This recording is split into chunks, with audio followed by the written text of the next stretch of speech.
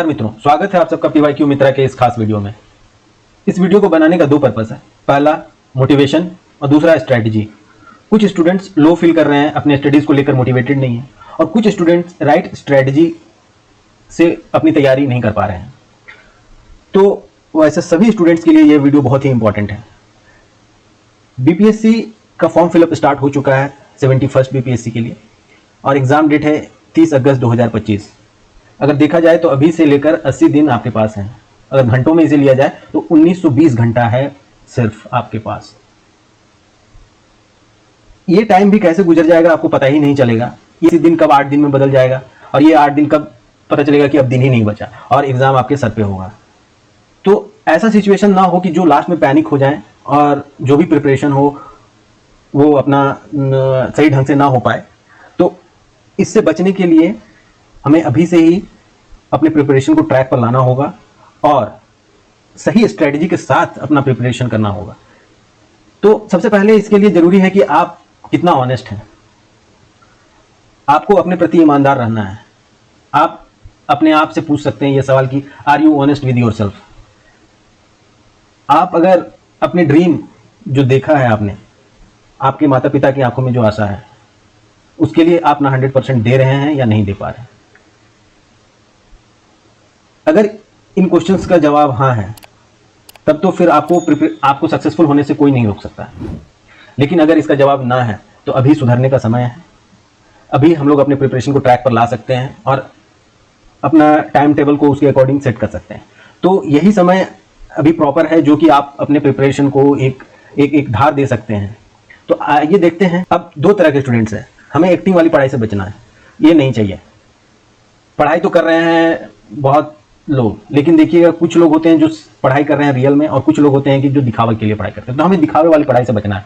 तो रियल पढ़ाई कैसे करना है? रियल पढ़ाई के लिए सबसे पहले जरूरी है टाइम मैनेजमेंट। अब सवाल आता है कि टाइम मैनेजमेंट कैसे किया जाए। तो टाइम मैनेजमेंट करने के लिए सबसे पहले आपके पास होना चाहिए टाइम टेबल। कोई भी एग्जाम का प्रिपरेशन हो, आपके पास एक टाइम टेबल होना ही चाहिए, ये मस्ट है।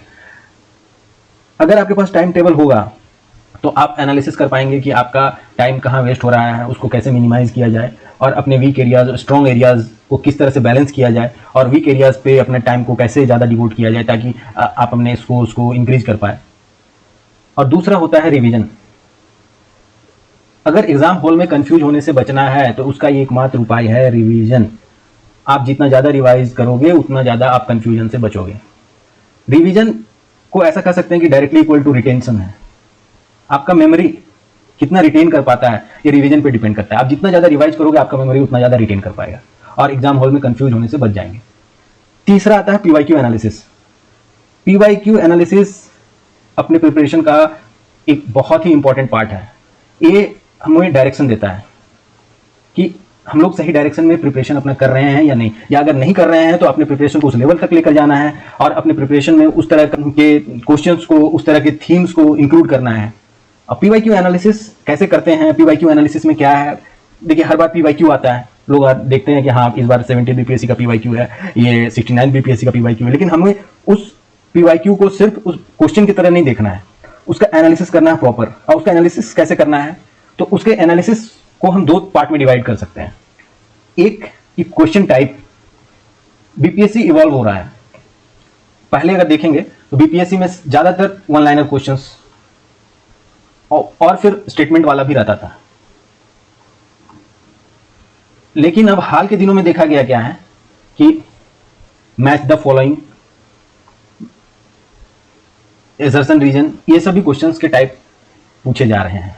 तो हमारे पास जैसे अभी मोटा मोटी कितना टाइप हो गया, तो वन लाइनर हो गया, स्टेटमेंट वाला हो गया। अब स्टेटमेंट वाले में 1 स्टेटमेंट हो सकता है, 2 स्टेटमेंट हो सकता है, 3 स्टेटमेंट हो सकता है। मैच द फॉलोइंग हो गया, असर्शन रीजन हो गया। तो ये सब क्या क्वेश्चन का टाइप है, कौन सा क्वेश्चन कितना पूछा जा रहा है, वन लाइनर कितना है, स्टेटमेंट वाला कितना है, मैच द फॉलोइंग कितना है। तो इस तरह से एनालिसिस करना है। ये हो गया क्वेश्चन टाइप वाइज। अब दूसरा होता है theme based. Theme based analysis में क्या देखते हैं हम लोग, जैसे किस तरह के टॉपिक को बीपीएससी ज्यादा फॉलो कर रहा है। अब जैसे बिहार इन इंट्रोडक्शन, बिहार एक परिचय, चंपारण सत्याग्रह, ये सब क्या हो गया, थीम हो गया। अब अभी हम लोग आगे देखेंगे कि बिहार इन इंट्रोडक्शन थीम से किस तरह के क्वेश्चन पूछे गए हैं और कितना रिपीटेडली पूछा गया है। उसी तरह से है चंपारण सत्याग्रह का भी। तो आइए देखते हैं 70th बीपीएससी का कुछ क्वेश्चंस को। अब जैसे देखिए ये क्वेश्चन है, ये 70th बीपीएससी जो 13 दिसंबर 2024 में हुआ था उसमें पूछा गया है।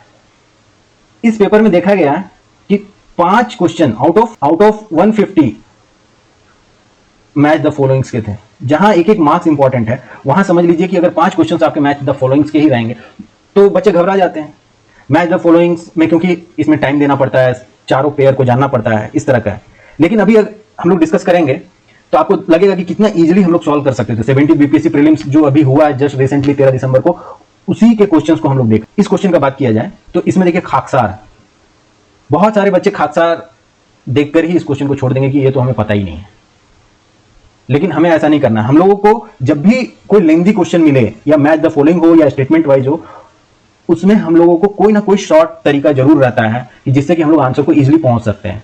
हम लोग अभी उसी सब को लेकर डिस्कस करने जा रहे हैं। अब जैसे कि इस क्वेश्चन को अगर खाकसार आपको पता नहीं है, सोशलिस्ट पार्टी नहीं पता है, आप सिर्फ और सिर्फ इंडिपेंडेंट लेबर पार्टी अगर पता है कि बी आर अम्बेडकर उसके फाउंडर हैं, तो आप इस क्वेश्चन का आंसर इजीली कर सकते थे। अब जैसे देखिए 3 का डी किसमें है? देखिए 3 का डी सिर्फ फर्स्ट वाले में है, तो इसका आंसर हो गया ए। हमें बाकी देखना ही नहीं है कि तरह के केस में आप डायरेक्टली आंसर को मार्क करके आगे बढ़ सकते हैं। अब इसी तरह से नेक्स्ट क्वेश्चन देखते हैं। अब इस क्वेश्चन में देखिए लिस्ट फर्स्ट को लिस्ट सेकंड से मैच करना है। अब देखिए पहला ही ऑप्शन देखिए सिल्क टेक्सटाइल, तो सिल्क के लिए कौन फेमस है? भागलपुर। अब ऑप्शन में देख लीजिए कि बी का फर्स्ट किसमें है? सिर्फ पहले वाले इसी डी वाले में है, तो डी आंसर हो गया। मार्क करेंगे, निकल जाएंगे। तो ऐसा नहीं है कि मैच द फॉलोइंग है तो ये टफ ही होगा और हम लोग पहले ही कुछ ऑप्शन देख के घबरा जाए या फिर 4 ऑप्शन आना ही चाहिए, ऐसा कभी नहीं होता। मेरा मकसद इन क्वेश्चंस को दिखाने का ये है कि जब भी कोई बड़ा क्वेश्चन मिले तो उसे देखकर घबराए नहीं या मैच द फॉलोइंग से घबराए नहीं। हो सकता है कि आपको कोई ऐसा ऑप्शन, एक ही ऑप्शन पता हो जो आपको इजीली आंसर तक पहुंचा सकता है। अब आइए और देखते हैं थर्ड क्वेश्चन। अब इसमें भी देखिए मैच द फॉलोइंग है, ऑफिशियल है, डिपार्टमेंट है। अब बहुत से लोगों को, अब देखिए पहले ही ऑप्शन देख लीजिए, प्राइम मिनिस्टर, पता होता है कि पेशवा को प्राइम मिनिस्टर कहते हैं। अब देखिए बी का फर्स्ट किसमें है? बी का फर्स्ट इसमें है, पहला ऑप्शन सही है, इसको मार्क करके आगे बढ़ सकते थे। अब देखिए नेक्स्ट क्वेश्चन देखते हैं। देखिए ये भी एक क्वेश्चन मैच द फॉलोइंग का, जो भी इस क्वेश्चन में देखिए आपको हो सकता है कि फ्री हिंदुस्तान पता हो, इंडियन ओपिनियन पता हो, किसी को वॉइस ऑफ इंडिया पता हो, लेकिन अगर सिर्फ एक ऑप्शन से अगर आंसर को जानना हो ना, तो बंगाली के एडिटर कौन थे? सुरेंद्रनाथ बनर्जी। तो सुरेंद्रनाथ बनर्जी 4 का सी किसमें है? फर्स्ट ऑप्शन, मार्क कीजिए। ऐसे क्वेश्चंस में आप इस तरह से देख सकते हैं कि कोई ना कोई ऐसा ऑप्शन होगा कि जो आपको आंसर तक इजीली पहुंचा देगा। इसी तरह से अगर हम लोग नेक्स्ट क्वेश्चन देखते हैं, इस क्वेश्चन में ऑर्गेनाइजेशन है, हेडक्वार्टर है। अब ज़्यादातर जो भी बीपीएससी के सीरियस एस्पिरेंट हैं या फिर जो भी कॉम्पिटिटिव लेवल के एग्जाम्स की प्रिपरेशन कर रहे हैं, उनको पता है कि आज़ाद हिंद फौज का हेडक्वार्टर कहाँ था? रंगून।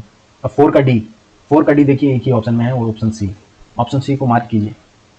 तो इस तरह से हम लोग 5 क्वेश्चंस देखे जो मैच द फॉलोइंग का था, और मैच द फॉलोइंग में आप 5 के 5 क्वेश्चन इजीली कर सकते थे। इसीलिए इस तरह के क्वेश्चंस को देखकर घबराना नहीं है। हम लोग एक स्मार्ट स्ट्रैटेजी के तहत इन क्वेश्चंस को बीपीएससी के पर्सपेक्टिव से इजीली कर सकते हैं। जैसे थीम बेस्ड क्वेश्चंस के बारे में बात कर रहे थे, तो थीम बेस्ड में अब जैसे एक पहला टॉपिक है बिहार इन इंट्रोडक्शन, बिहार एक परिचय। अगर इस टॉपिक को लिया जाए तो 1994 में भी ये क्वेश्चन पूछा गया था, 1997 में भी पूछा गया है, 2019 में भी पूछा गया है, 2020 में भी पूछा गया है और 2024 में भी पूछा गया है। हम लोग आगे देखें तो क्यों ना हम इस थीम को अच्छे से प्रिपेयर कर लें, तो हमारा प्रिपरेशन हो जाएगा। उतना ही पढ़ना है जो कि हमारे एग्जाम को, हमारे जो डिफरेंट स्टेजेस है, जैसे पीटी है, मेंस है, इंटरव्यू है, हम लोग वो सब क्लियर कर पाए। हम लोगों को ऐसा ना हो कि हम लोग पीएचडी तो कर ले लेकिन एग्जाम क्लियर ना हो पाए। कड़ी में देखिए थीम बेस्ड जो क्वेश्चन है उसको देखिए, बिहार इन इंट्रोडक्शन से इस क्वेश्चन को देखते हैं। Bihar was separated from Bengal in which year? In 1912। हम लोग सभी जानते हैं कि बिहार दिवस कब मनाया जाता है? 22 मार्च 1912।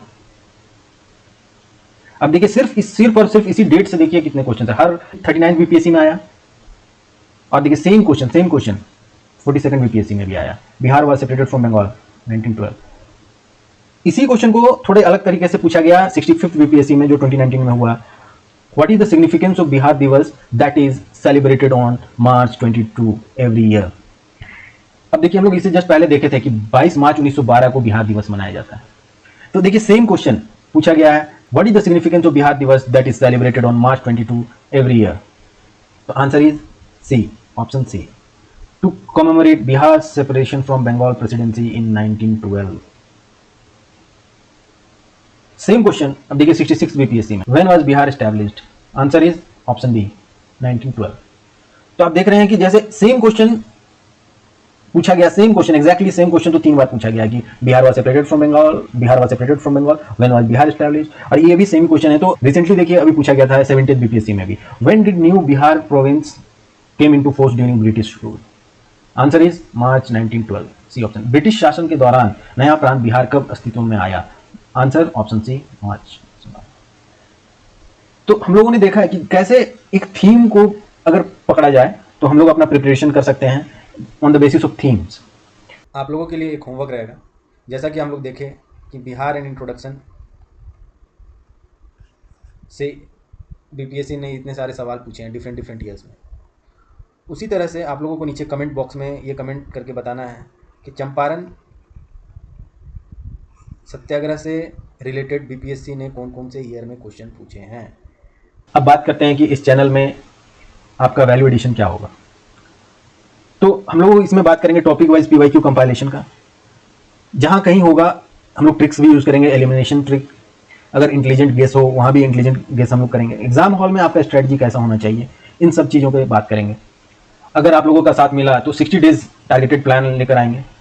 डेली मेंस आंसर राइटिंग होगा, ये पीवाईक्यू बेस्ड होगा. एनसीईआरटी भी इसका इंपॉर्टेंट क्वेश्चंस का सीरीज जो क्लास 6 to 12 तक कवर करेगा, वैसा सीरीज भी लेकर आएंगे. क्योंकि एनसीईआरटी किसी भी सिविल सर्विसेज का प्रिपरेशन के लिए एक फाउंडेशन का काम करता है. तो इस फाउंडेशन को इग्नोर करके हम लोग अपना प्रिपरेशन कंप्लीट नहीं कर पाते. तो ये भी हम लोग स्मार्टली करेंगे, क्वेश्चन के थ्रू करेंगे. और जितने भी इंपॉर्टेंट क्वेश्चन होंगे क्लास 6 to 12 के लिए हर सब्जेक्ट का ये सीरीज हम लोग लेकर आएंगे. और वीकली करंट अफेयर्स भी होगा वीकली. लेकिन ये सब के लिए आप लोगों का साथ बहुत जरूरी है. अगर आप लोगों का रिस्पॉन्स अच्छा मिला और अगर आप चाहते हैं कि तैयारी में इंप्रूवमेंट हो, कंसिस्टेंसी आए और राइट स्ट्रैटेजी मिले, रियल स्ट्रैटेजी मिले, तो इस चैनल को लाइक कीजिए, शेयर कीजिए, सब्सक्राइब कीजिए. तैयारी वही जो सही. बहुत बहुत धन्यवाद.